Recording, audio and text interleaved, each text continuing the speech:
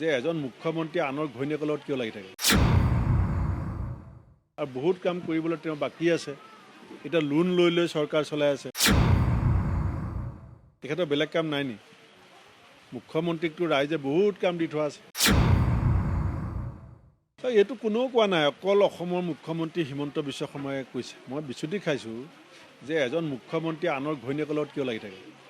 তেখেতৰ বেলেগ কাম নাই নি মুখ্যমন্ত্ৰীকটো ৰাইজে বহুত কাম দি থোৱা আছে আৰু বহুত কাম কৰিবলৈ তেওঁ বাকী আছে এতিয়া লোন লৈ লৈ চৰকাৰ চলাই আছে 6 জনগোষ্ঠীৰ জনজাতি নহ'ল চাহ শ্ৰমিকৰ মজুৰি বৃদ্ধি নহ'ল বানপানীৰ সমস্যা গৰাখহনীয়া সমস্যা এতিয়া ইয়াতে ৰাইজে ক'লে আমাৰ নাহৰকটীয়াত ক্ষুদ্ৰ চাহ শ্ৰমিকৰ পাতৰ মূল্য নিৰ্ধাৰণ কৰাৰ কথা কৈছে ক্ষুদ্ৰ চাহ শ্ৰমিকৰ মাটিৰ কাগজ পত্ৰৰ কথা কৈছে এইবিলাক কামত মুখ্যমন্ত্ৰী লাগিব লাগে বেলেগৰ পৰিবাৰৰ লগত এগৰাকী মুখ্যমন্ত্ৰী আমাৰ দৰে অসমৰ এখন ইমান এটা ঐতিহাসিক ৰাজ্য আমাৰ মুখ্যমন্ত্ৰী চকীখনৰ যিটো গৰিমা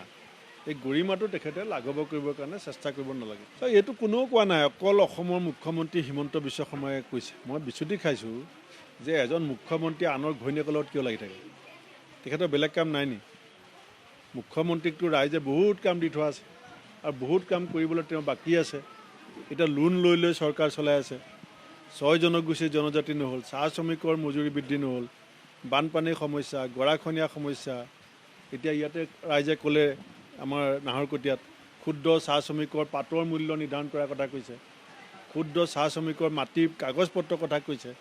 এইবিলাক কামত মুখ্যমন্ত্ৰী লাগিব লাগে বেলেগৰ পৰিবাৰৰ লগত এগৰাকী মুখ্যমন্ত্ৰী আমাৰ দৰে অসমৰ এখন ইমান এটা ঐতিহাসিক ৰাজ্য আমাৰ মুখ্যমন্ত্ৰী চকীখনৰ যিটো গৰিমা এই গৰিমাটো তেখেতে লাঘৱ কৰিবৰ কাৰণে চেষ্টা কৰিব নালাগে এইটো কোনেও কোৱা নাই অকল অসমৰ মুখ্যমন্ত্ৰী হিমন্ত বিশ্ব শৰ্মাই কৈছে মই বিচুতি খাইছোঁ যে এজন মুখ্যমন্ত্ৰী আনৰ ঘৈণীয়েকৰ লগত কিয় লাগি থাকে তেখেতৰ বেলেগ কাম নাই নি মুখ্যমন্ত্ৰীকটো ৰাইজে বহুত কাম দি থোৱা আছে আৰু বহুত কাম কৰিবলৈ তেওঁ বাকী আছে এতিয়া লোন লৈ লৈ চৰকাৰ চলাই আছে 6 জনগোষ্ঠীৰ জনজাতি নহ'ল চাহ শ্ৰমিকৰ মজুৰি বৃদ্ধি নহ'ল বানপানীৰ সমস্যা গৰাখহনীয়া সমস্যা এতিয়া ইয়াতে ৰাইজে ক'লে